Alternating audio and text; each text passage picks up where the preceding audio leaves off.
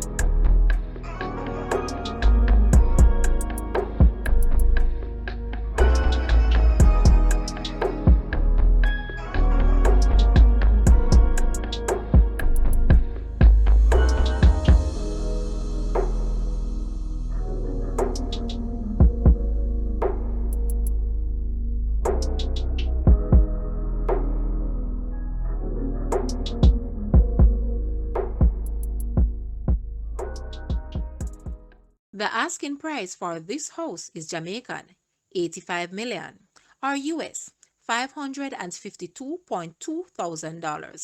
To purchase or make an offer, please take a look at your screen or you may visit the description area below for full details. If you like this video, please hit the like button and also share with a friend. Thanks for watching, guys.